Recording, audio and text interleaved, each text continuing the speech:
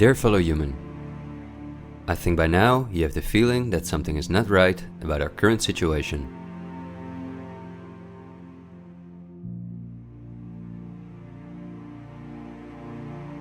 But I also think that the many ill-founded conspiracy theories may have caused you to distance yourself from both the media scaremongering and from those who spread the conspiracy theories. Still, I hope you will listen to me for a moment, because as you watch this video, hundreds of millions of people worldwide are falling into poverty because of the measures that have been in place for so long.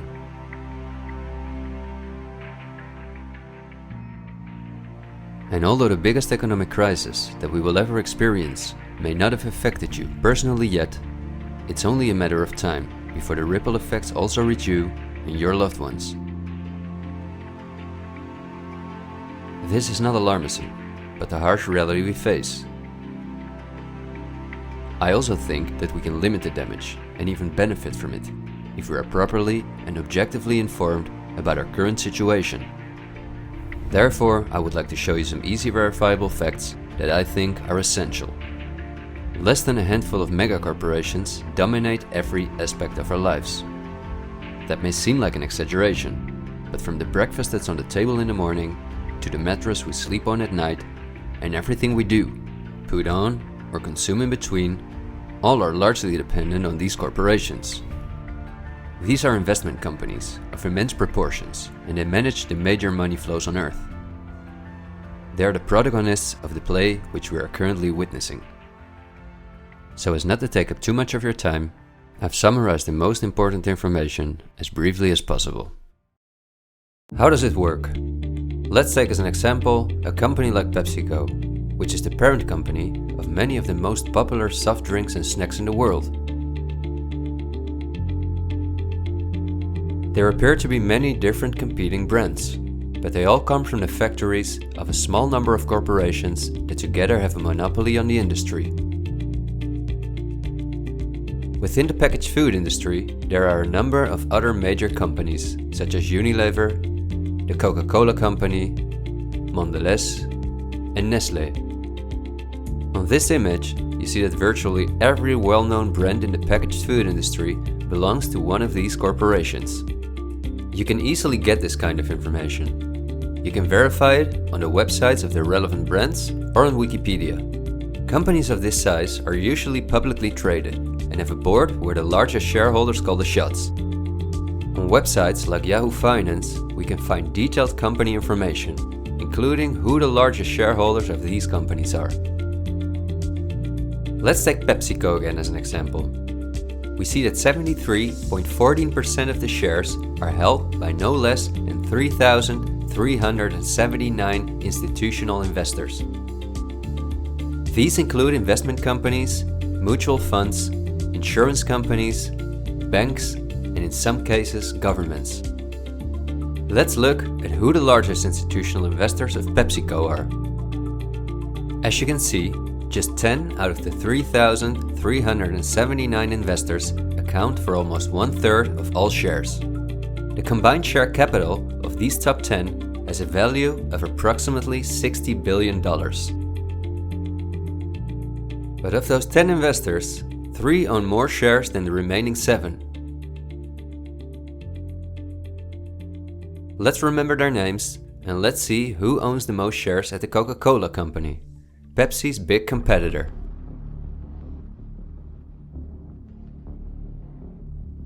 We see that just like with PepsiCo, the majority of the shares are held by institutional investors. Let's look at the top 10 and start with the last one of them. 4 out of these 6 institutional investors we also saw at the last 6 of PepsiCo. These are Norton Trust, JP Morgan Chase, Geode Capital Management, and Wellington Management. Now, let's look at the 4 largest shareholders. 3 of these we also saw in the top 4 at PepsiCo. They are BlackRock, Vanguard, and State Street. And there's another one, Berkshire Hathaway. These are the 4 largest investment companies on the planet. PepsiCo and Coca-Cola are anything but competitors. But also the other big companies that own many brands, such as Unilever, Mondelez and Nestlé, are owned by the same small group of institutional investors. And you don't only find these names in the packaged food industry. For example, let's look up on Wikipedia what the largest companies are within the technology industry. Facebook owns WhatsApp and Instagram. Together with Twitter, they form the most popular social media platforms in the world. Alphabet is the parent company of all Google businesses, including YouTube and Gmail, but they are also the biggest sponsors and developers of Android, one of the two operating systems on which almost all smartphones and tablets in the world run. The other operating system is Apple's iOS. Finally, if we add Microsoft to the other three, we see that 4 companies produce the software that almost all computers, tablets and smartphones in the world depend on. Let's see who owns the most shares of these powerful companies. If we look at Facebook, we see that more than 80% of the shares are owned by institutional investors. These are the same names we saw in the food industry. Again, the same investors at the top. Then Twitter, which with Facebook and Instagram makes up the top 3. Amazingly, we see that the company is also owned by the same investors.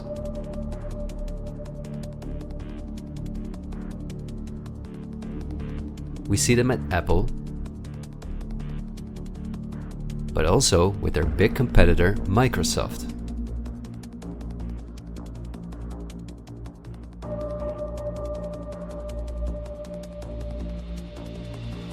When we look at all the other companies that dominate the technology industry and build our computers, TVs, smartphones and household appliances, we see the same big investors who own a majority of the shares.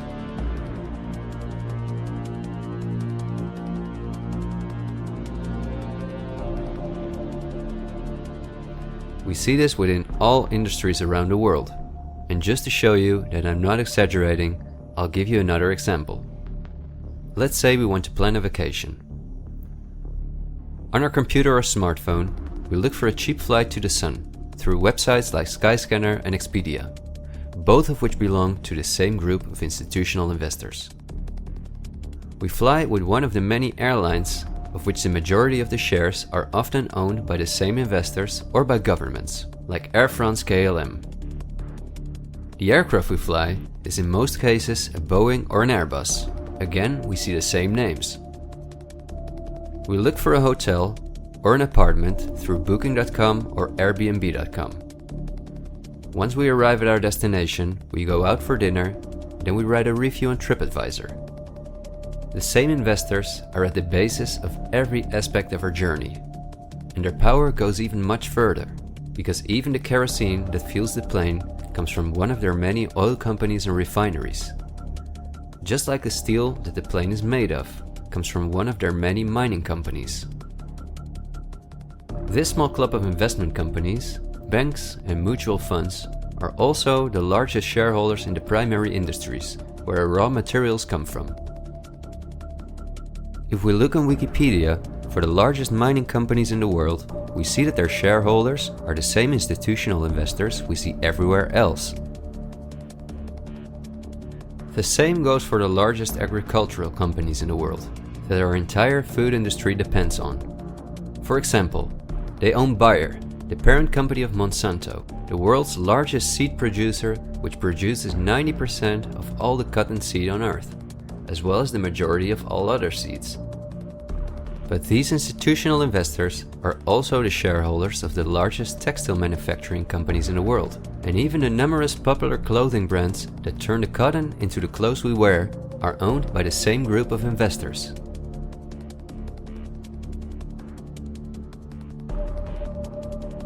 Whether we have the world's largest solar panel producers or the largest oil refineries, the shares are managed by the same companies. They own the tobacco companies, who produce all the popular tobacco brands in the world. But they also own all the major companies in the pharmaceutical industry and the scientific institutes that produce the drugs. They own the companies that produce our metals and raw materials, and the entire automobile, aircraft and arms industry where those metals and raw materials are processed.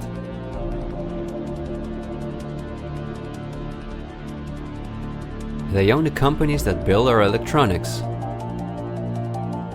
They own the big department stores and online marketplaces.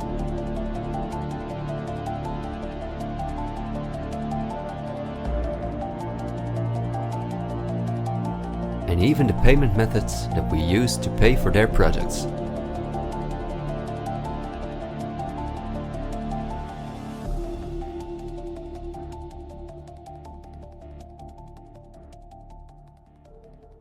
Because I want to keep my story as short as possible, I've decided to only show the tip of the iceberg. If you decide to investigate on your own, using the sources that you've just seen, then you will discover that even many of the most well-known insurance companies, banks, construction companies, telephone companies, restaurant chains, and cosmetic brands are owned by the same institutional investors we just saw.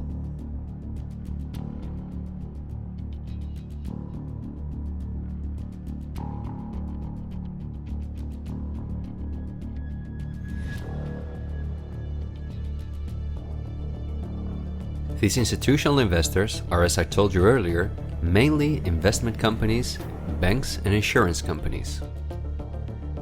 They are in turn also owned by shareholders. Now, what is the most amazing thing? All of these institutional investors own each other's shares, and together they form an immense network that we can compare to a pyramid. The smaller institutional investors are owned by larger investors, who in turn belong to even larger investors. The visible top of this pyramid consists of only two companies, and we have seen their names many times by now. They are Vanguard and Blackrock. The power of these two companies is something we can barely imagine. Not only are they the largest institutional investors of every major company on Earth, they also own the other institutional investors of those companies, giving them a complete monopoly.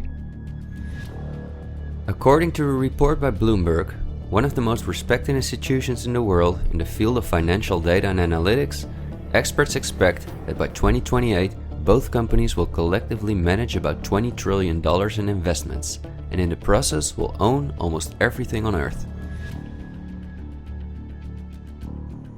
The same Bloomberg called BlackRock the fourth arm of government, because it is the only non-government entity that has a close relationship with the federal banks, also called the central banks.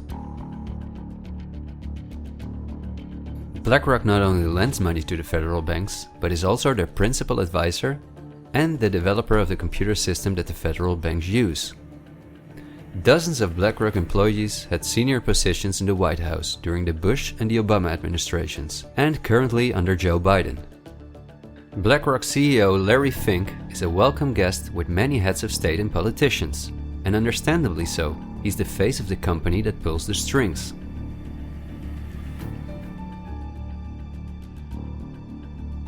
Yet Larry Fink does not pull the strings himself.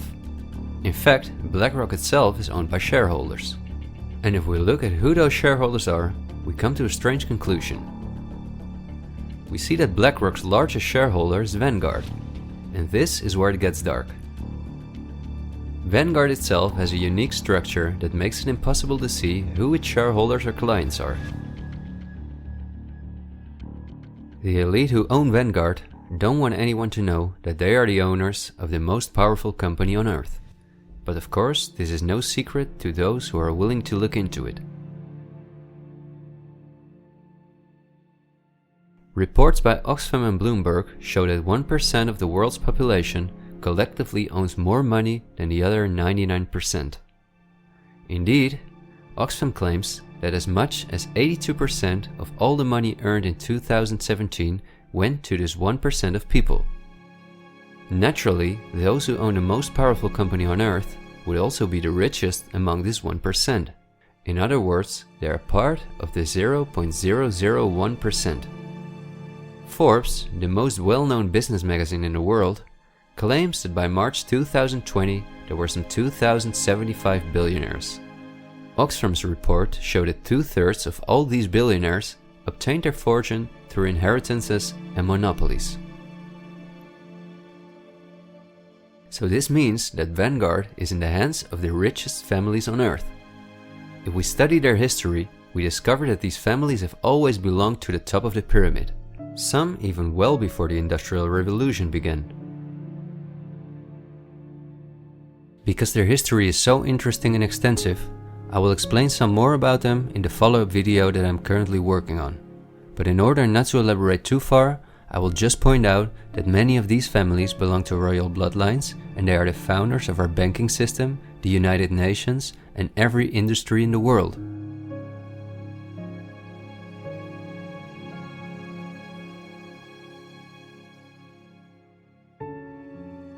These families never lost their power, but because of an increasing world population, they were forced to hide behind investment companies such as Vanguard, whose largest shareholders are the private funds and non-profit organizations of these families.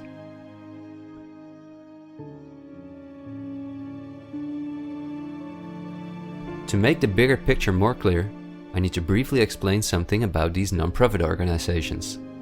These are the links that connect the business community with politics and the media, allowing major conflicts of interest. At first glance, however, this is not too noticeable. Non-profits, also called foundations, are organizations that rely on donations, and they do not have to publish from whom they receive those donations. They can invest this money in whatever they want, and do not have to pay tax on their profits as long as those profits are reinvested in other projects that they are involved in. Non-profits can move hundreds of billions of dollars from invisible investors.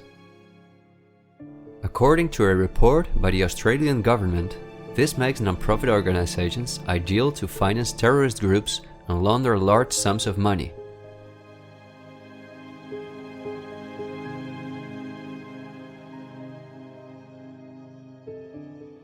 The foundations and funds of the families who are highest in the hierarchy of the 1% hide behind the scenes as much as possible.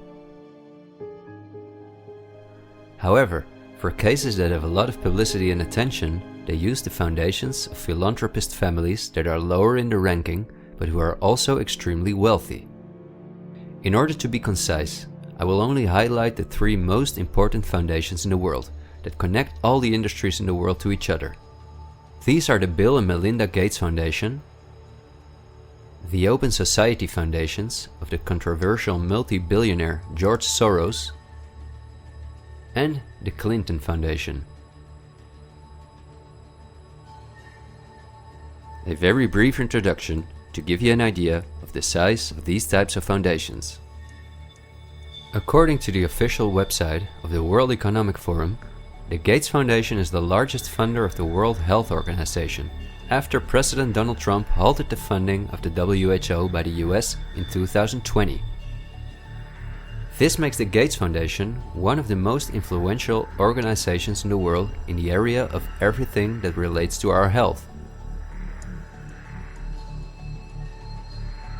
The Gates Foundation has a close partnership with the 16 largest pharmaceutical companies in the world, including Pfizer, AstraZeneca, Johnson & Johnson, BioNTech, and Bayer, and we have just seen who own the most shares of these companies.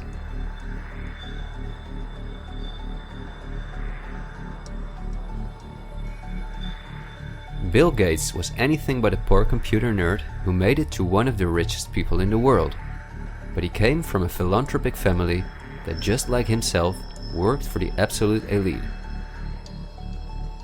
Bill is the founder of Microsoft, which is owned by Blackrock, Vanguard, and until recently Berkshire Hathaway. But at the same time, the Gates Foundation is the largest shareholder after BlackRock, Vanguard, and State Street in Berkshire Hathaway, where he was even on the board for a while. We would spend hours if we considered everything the Gates Foundation, the Open Society Foundations of George Soros, and the Clinton Foundation are involved in. But because they connect us with the next topic and with the current events, this brief introduction was important. I think the next topic should start with a question. A random person like myself, with very little experience in video editing, using an old laptop, can in 20 minutes objectively portray that only 2 companies have a total monopoly over all the industries in the world. So the natural question is, why don't you hear about all of this in the media? What? It's a good question. Every day we have the choice between countless reports, documentaries, and television programs, and yet not one of them talks about this. Is it something not interesting enough? Or might there perhaps be other interests at play? The answer we get again from Wikipedia. About 90% of the international media is owned by 9 media conglomerates. The companies owned by these media conglomerates are too many to mention, so I'm just going to show you the most important brands that we all know. Viacom CBS is the parent company of, among others, all CBS channels, Paramount, where the most famous movies and series in the world come from, MTV, Comedy Central, Nickelodeon, the popular British Channel 5, and the popular Australian 10. Guess who the largest shareholders of Viacom CBS are?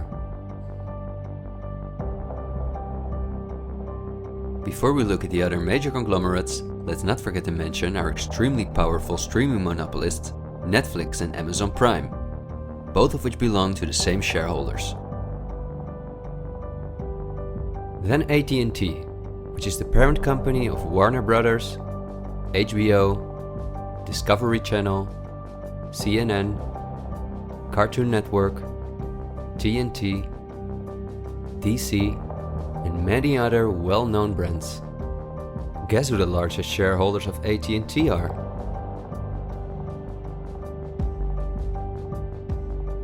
The third one is the all-powerful News Corp.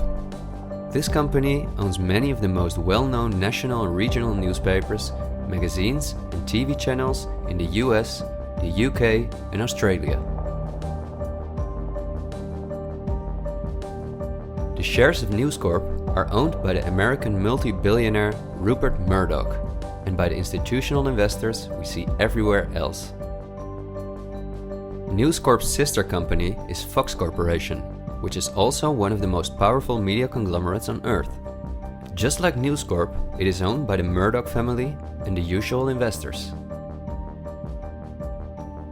Then the Walt Disney Company, a conglomerate of unimaginable dimensions, with many subsidiaries such as Pixar, Marvel, 20th Century, Lucasfilm, ABC, National Geographic, and Hulu.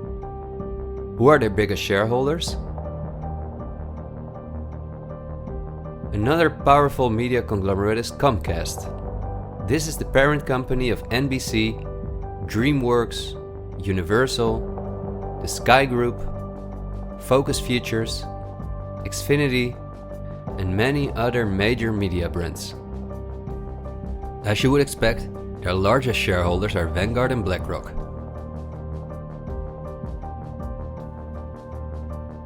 I could go on for hours and show that in almost every country on Earth, the local media is in the hands of these kind of conglomerates, which in turn are owned by our institutional investors or by extremely rich and powerful elite families. In the UK, for example, virtually all popular newspapers and magazines are owned by the Daily Mail Group, Reach, and the aforementioned News Corp. In the Netherlands, the entire media is in the hands of the Persgroep, Mediahuis, and Bertelsmann. And in Germany, the entire media is either controlled by the German government, ProSiebenSat.1, Axel Springer, and again, Bertelsmann, which is also a conglomerate of unprecedented dimensions. Not only is this the parent company of the largest book publisher in the world, Penguin Random House, and owner and founder of BMG Music, Bertelsmann also controls a large part of the European media through their subsidiary RTL, a company with 67 TV channels, 10 streaming platforms, and 38 radio stations. Bertelsmann is owned by the ultra-rich Bertelsmann-Mohn family, who openly collaborated with the Nazis. Because of this, Reinhard Mohn was held as a prisoner of war in the US. Besides RTL, Bertelsmann also owns a large part of the French mainstream media. And together with Mediaset, the powerful Italian conglomerate of former President Berlusconi that controls the most important part of the Italian mainstream media, they also own all popular Spanish TV channels. Now, to complete the picture, let's look at where the news comes from that all these media outlets are feeding us on a daily basis. The various news media do not produce their news themselves, but use information and images from news agencies such as Reuters, the Dutch ANP, and the French AFP. These organizations are anything but independent. Reuters is owned by the powerful Canadian Thomson family. The ANP is owned by Dutch investor Kees Omen, and the AFP is largely financed by the French government.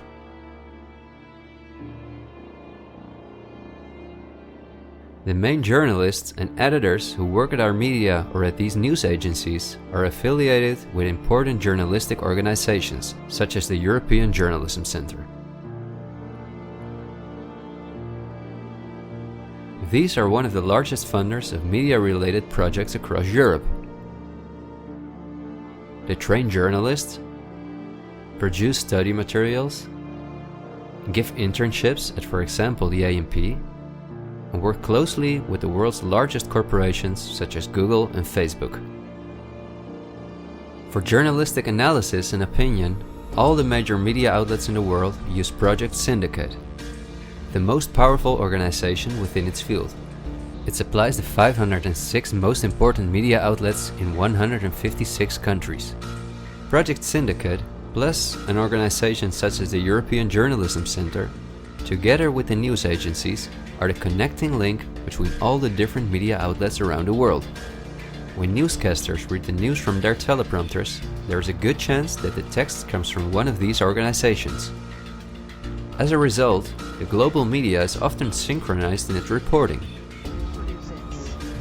We are concerned about the trouble and trend of irresponsible, one-sided news stories Plaguing our country. The sharing of biased and false news has become all too common on social media. More alarming, some media outlets publish these same fake stories without checking facts first. The sharing of biased and false news has become all too common on social media. More alarming, some media outlets publish these stories simply aren't true without checking facts first. Unfortunately, some members of the media use their platforms to push their own personal bias and agenda to control exactly what people think. And this is extremely dangerous to our democracy. This is extremely dangerous to our democracy.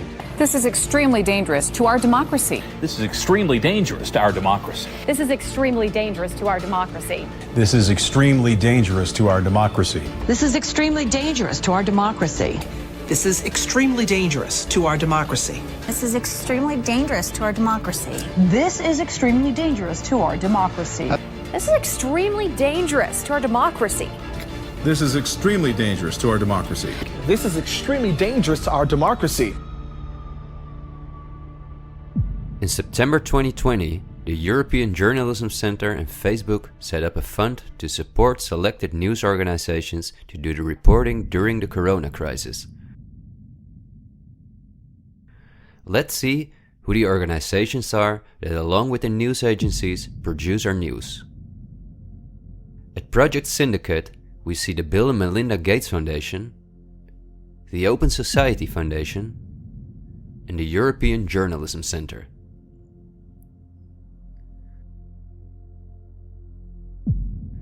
Then the European Journalism Centre itself. Again we see the Gates Foundation and the Open Society Foundation. And they also receive large donations from Facebook, Google, the Dutch Ministry of Education, Culture and Science, and from the Dutch Ministry of Foreign Affairs. The organizations that are at the heart of our information flow are funded by the non-profit organizations of the same elite who also controls the entire media. However, a part of our tax money goes to these organizations as well.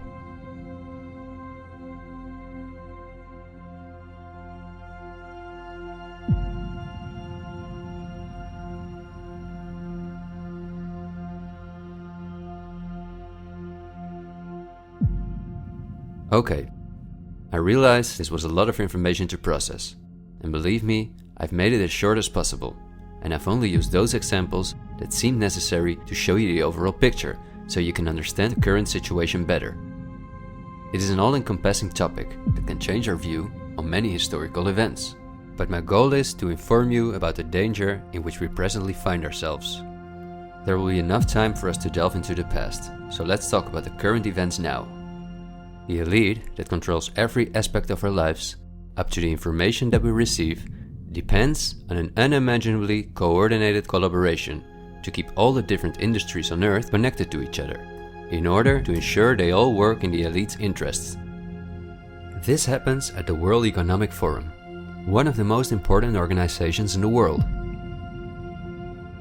At its annual meeting in Davos, the CEOs of the largest companies on Earth gather along with heads of state, politicians, and other influential individuals and organizations like UNICEF and Greenpeace.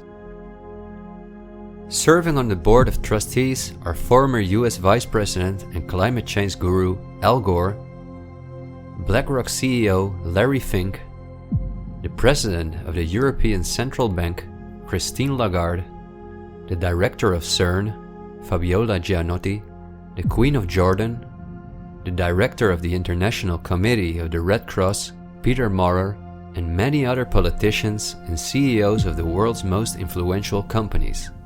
According to the WEF's official website, their annual membership fee ranges between 53,000 and 530,000 euros. But according to the WEF's year reports, around 71% of their total budget comes from its partners, who in this way pay for the membership of young politicians who cannot afford their own fee. Wikipedia reports the following. According to critics, the WEF is a business forum where the wealthiest companies can negotiate deals with other companies or with politicians. The purpose of the WEF for many of the participants would be personal gain instead of solving global problems. I don't like to make assumptions, but would there be so many problems on Earth if the key industry leaders, bankers and politicians since 1971 had gathered annually to solve our world's problems? Is it not strange that the world's leading environmental organizations have been meeting for 50 years with the CEOs of the most heavily polluting corporations while things just keep getting worse for our natural world?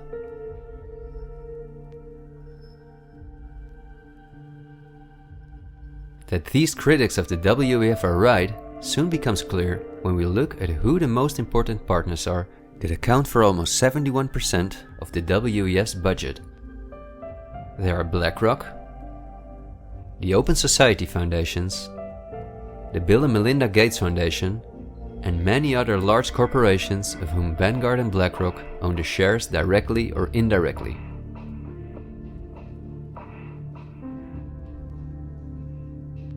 The president and founder of the WEF is Klaus Schwab, a German professor and businessman.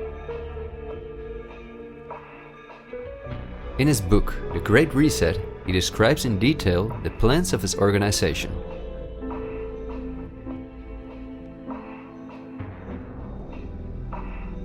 The coronavirus, according to him, is the excellent opportunity to literally reset our society in every regard. He calls this Build Back Better, and this slogan seems to be the motto of all globalist politicians in the world. And it's now a historical moment, a crucial moment, to rebuild the future, to reset our policies. And of course, we also want to work together on building back better. You know, I said we're going to build back and we're going to build back better. It's certainly a major crisis, but it also offers us a unique opportunity. We must use this historical opportunity. Together we can turn a crisis into an opportunity. But this global pandemic has also created an opportunity to build back better. To build back better later. But also to build back better. To build back a better world. To build back better. We can't just build back, we got to build back better. And achieve the Sustainable Development Goals. And climate action is an essential part of that. According to Schwab, our old society should be exchanged for a new one, in which countries give up their sovereignty to an all-encompassing world government, in which people own nothing but work for the state, in exchange for their housing, healthcare, and all their other basic needs. All of this is necessary, according to the WEF, because our modern consumer society, which the elite themselves imposed on us, can't keep going as it is. It's no longer sustainable.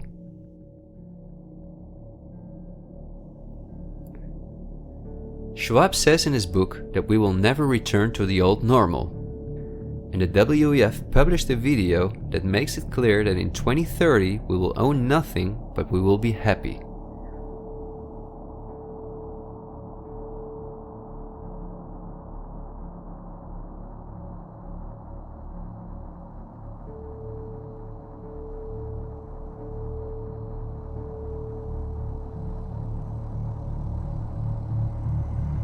You've probably heard some talk about the New World Order. The media wants us to believe that this is a topic for conspiracy theorists, although it has been talked about for generations by presidents such as George Bush Sr., Nelson Mandela, and Bill Clinton. We have before us the opportunity to forge for ourselves and for future generations a new world order, a world where the rule of law, not the law of the jungle, governs the conduct of nations. When we are successful, and we will be, we have a real chance at this new world order, an order in which a credible United Nations can use its peacekeeping role to fulfill the promise and vision of the UN's founders. After 1989, President Bush said, and it's a phrase that I often use myself, that we needed a new world order. That the affirmative task we have now is to actually create a new world order. But also by the world's most famous philanthropists such as Cecil Rhodes, David Rockefeller, Henry Kissinger, and even George Soros. I think you need a new world order, that China has to be part of the process of creating it, and they have to buy in, they have to own it. These important figures, who apart from Mandela, were all among the top of the elite when they were still alive, are not the only ones who dream about an all-powerful world government. In 2015, the UN presented its controversial Agenda 2030, which is almost identical to Klaus Schwab's Great Reset.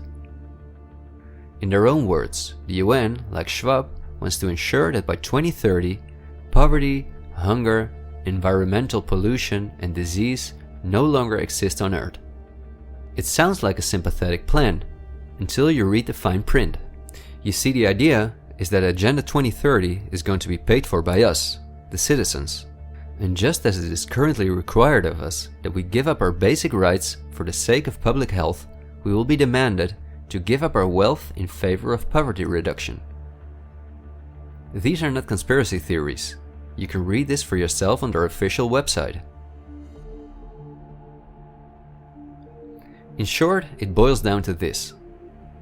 The UN wants to take the tax money from all Western countries and give it to the mega corporations of the elite, who will be contracted to rebuild society. Globally, a completely new infrastructure is needed, because fossil fuels must be made a thing of the past, according to the UN. For this immense project, a world government is needed, says the UN. And the same UN takes it upon herself to be this global government. Just like Schwab, the UN also believes that a pandemic is the perfect opportunity to accelerate the implementation of Agenda 2030. It is worrisome that the WEF and the UN openly admit that they consider pandemics and other disasters as an opportunity to transform society, especially since we have seen that the elite have all the resources at their disposal to make us believe that there is a pandemic, and even to create one. So we certainly should not take these things lightly, and we should examine them carefully. And when we do that, we come across things that are even more troubling.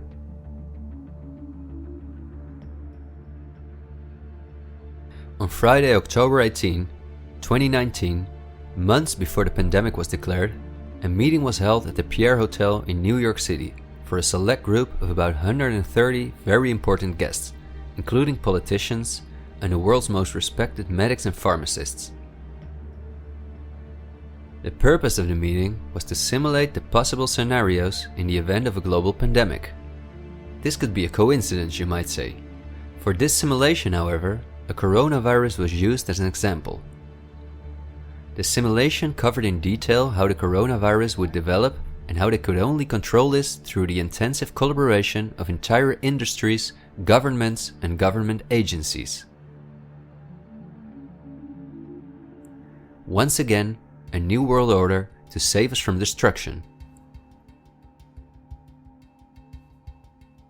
Does it surprise you when I tell you that this meeting, called Event 201, was organized by none other than the World Economic Forum, the Bill and Melinda Gates Foundation, and the Johns Hopkins Institute?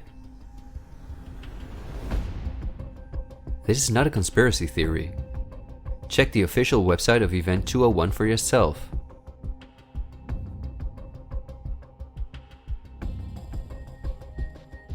Perhaps at this point, it will no longer surprise you that the German Robert Koch Institute, which like every national health institute in the world is closely linked to the WHO, which is funded by Bill Gates, created a similar simulation in 2012. As was the case during Event 201, the simulation assumed the coronavirus. This simulation assumed that in a Southeast Asian food market, a coronavirus would spread from animal to human. How coincidental, isn't it? In this simulation, it takes several weeks for the authorities to identify the virus, allowing it to spread worldwide. The simulation is made of the consecutive 3 years, in which there are lockdowns and economies are destroyed. But also the impact on society is simulated in all aspects, even the protests. I won't tire you with the details. In fact, you can download this analysis for yourself from the website of the German government. The last thing I want to show is an excerpt from a lecture that Belgian top virologist Mark van Ranst gave on January 22, 2019 at the Chatham House, a major non-profit organization in London, where important world leaders meet to discuss global issues.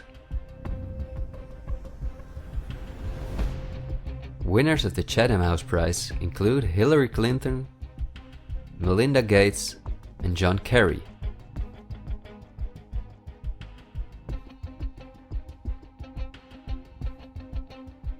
What Van Ranst is discussing is simply shocking.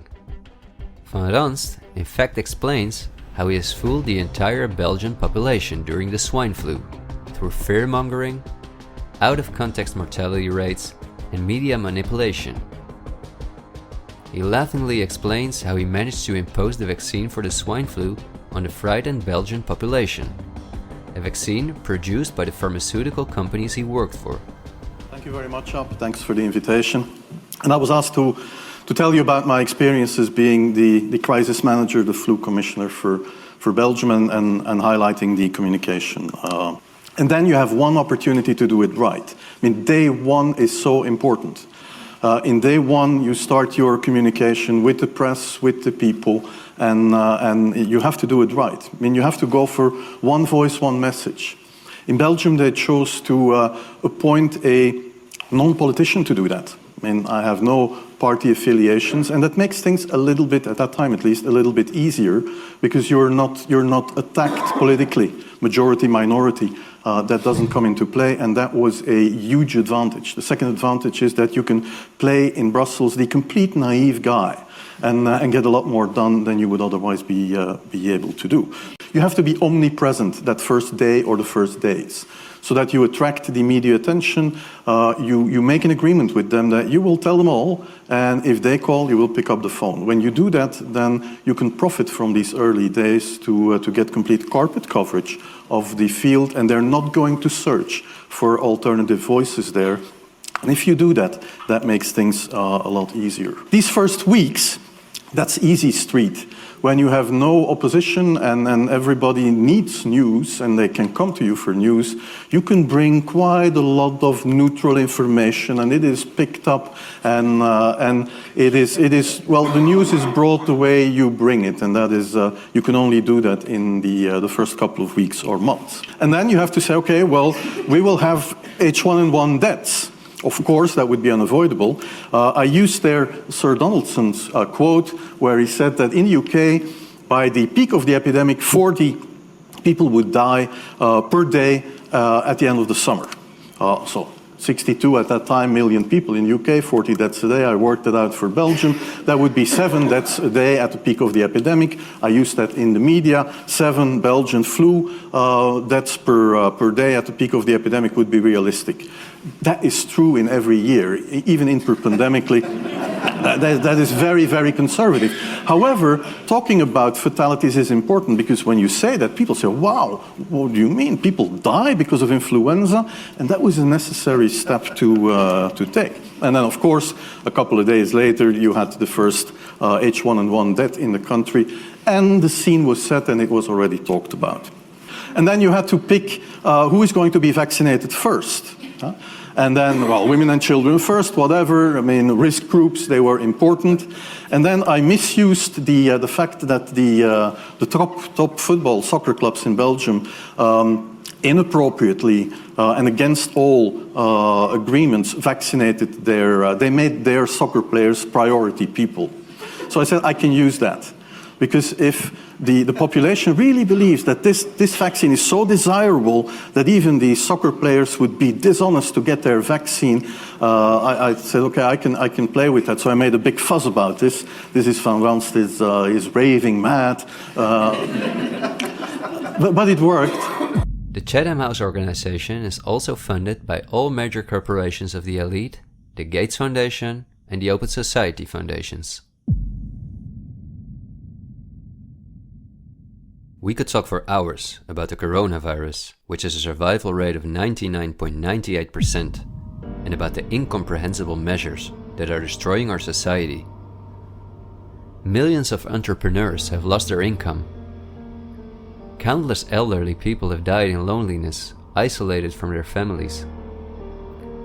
But I think we have reviewed enough facts that put the global COVID measures in a broader context, seen from the perspective of the elite. This extremely wealthy elite, collectively of tens of thousands of billions, has no problem whatsoever with the fact that more than 40% of the world's population has to live on less than $5.50 a day, or that millions of children are dying from the drinking water contaminated by them, or from malnutrition, or by their bullets and bombs. They just want to get more powerful. The elite have absolutely no intention to share their wealth with us. In fact, they are honest about their plans to take even the last bit from us, and those plans are being rolled out as I'm telling this. The underlying motives of the elite will not be explained in this episode, because for this we have to dive into history and discuss topics that are beyond our modern rational thinking. But for now you may understand well enough with the simple logic that a new world order, or an all-encompassing world government, is the only way for a small elite to retain its power over an ever-increasing world population. Companies like Blackrock and VANGUARD do not benefit from national borders, import taxes, and real diversity.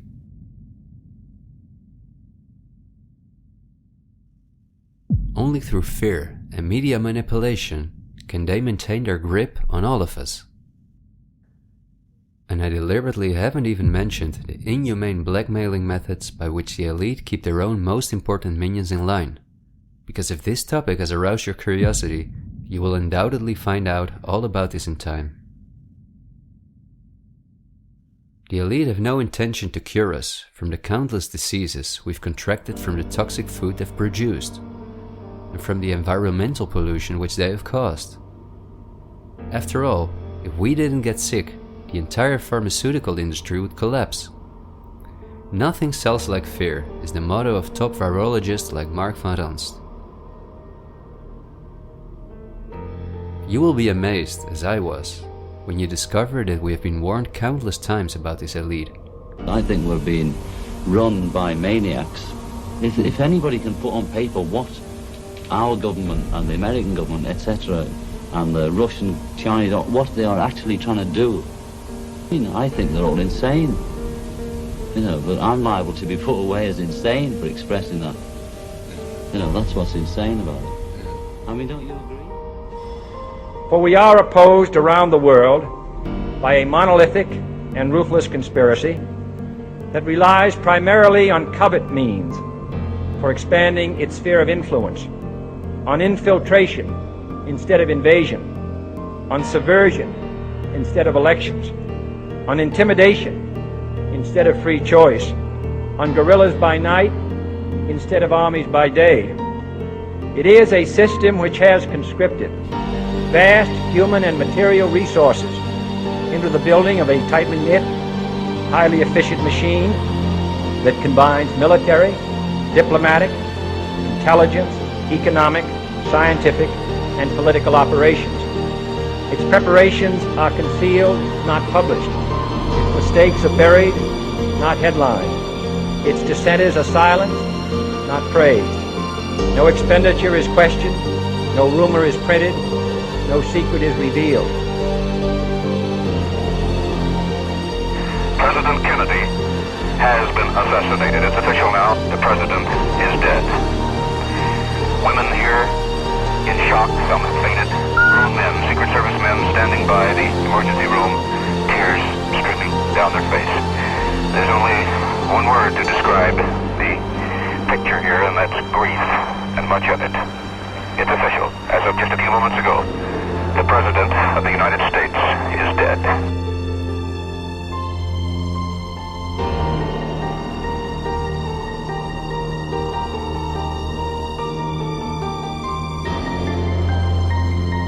When you're talking about like really elite levels, the name of the game is blackmail. That's what runs the whole system, basically.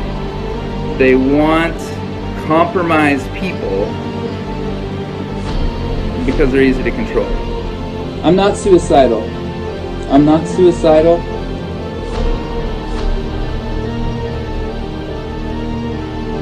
The deep state is those people within the U.S. government that are career employees that cannot be fired by people that we elect, by the Congress or the President. Are these people in control? Can they enact laws? Fuck yes. Can we fire these people? No. Can presidents fire them? No. It's designed that way so that political parties and political interests cannot affect the deep state. Do you understand the nightmare of our situation, people? It is no secret. It is as open as it can be. The deep state does control America. Wake up, people, please. God, use some common fucking sense. Thank you.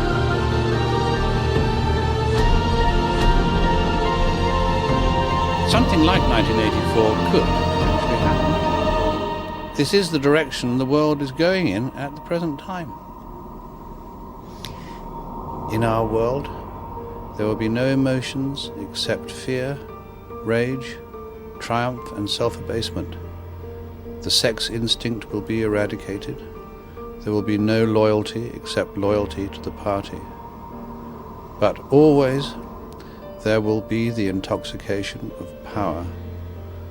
Always, at every moment, there will be the thrill of victory, the sensation of trampling on an enemy who is helpless. If you want a picture of the future, imagine a boot stamping on a human face forever. The moral to be drawn from this dangerous nightmare situation is a simple one. Don't let it happen. It depends on you. With this video, I hope to reach you, to reduce the ever-increasing distance between us. Only when we are divided can the elite retain its power over us. The greatest fear of the elite is that we will realize what is really going on Earth. And the only way the elite thinks they can prevent this from happening is through censorship,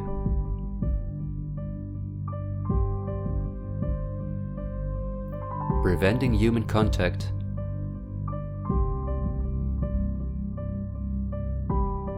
the incessant framing of political opponents and those who think differently,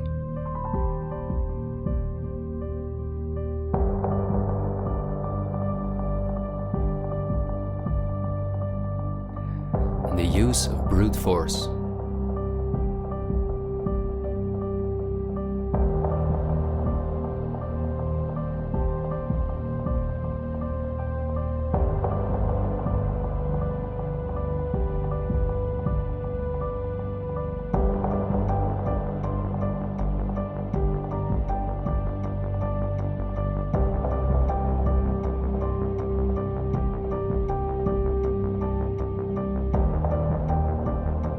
The plans of the elite are clear, and so is the ruthless way in which they want to accomplish them. If we allow this to happen, a new society will be built on the ashes of what we once knew. A new society in which we will own nothing, not even a home of our own. The elite wants to make sure that between now and 2030, everything you now own will be theirs. For this, devastating economic crisis is necessary. First, the middle class is attacked, which is the backbone of society. Entrepreneurs are forced to go into tremendous debt, which will ultimately cause them to lose all their possessions. After that, things will move quickly. Banks will fall, cash money will cease to exist, and the only way not to starve to death will be the acceptance of government support, which will include several conditions, such as the vaccination passport and giving up all private possessions. Because the entrepreneurs are the first to fall, many others won't immediately feel the crisis. The people remain divided among themselves until it is too late. This is not a doomsday scenario that I've made up. This is simply the Great Reset. The New World Order, which has been prepared for many generations, and which has been extensively tested in every communist dictatorship in the world.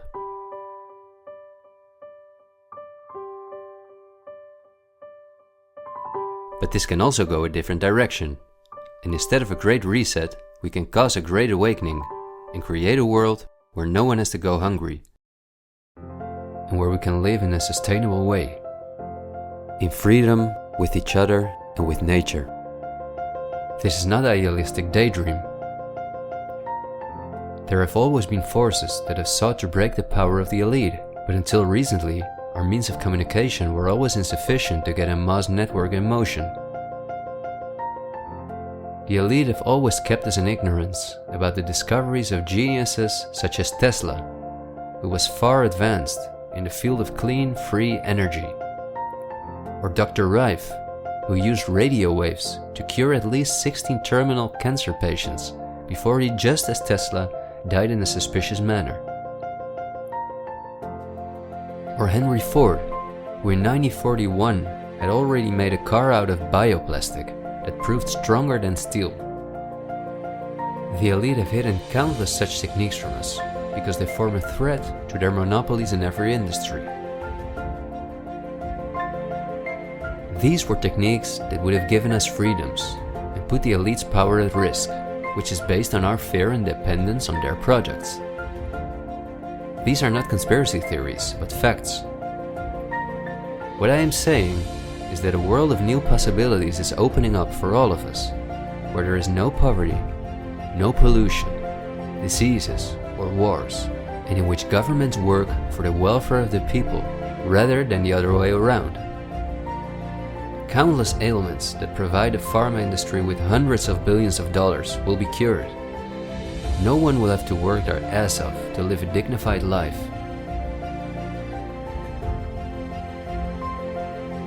People will no longer live in fear because of the lies of the media, the pharma industry, the climate lobbies, and politicians. It's all on the horizon, but we have to go through the storm first and recognize what the real problem is in our society. I want to thank you for listening to me, and I hope someday, in freedom, together we'll reflect back on this unique moment in history. There is still so much to tell, but we will save the rest for later. This video was only intended as an introduction. This is where our journey starts, and it will be a difficult one, but we will undertake it together, and we will help each other get up when we fall.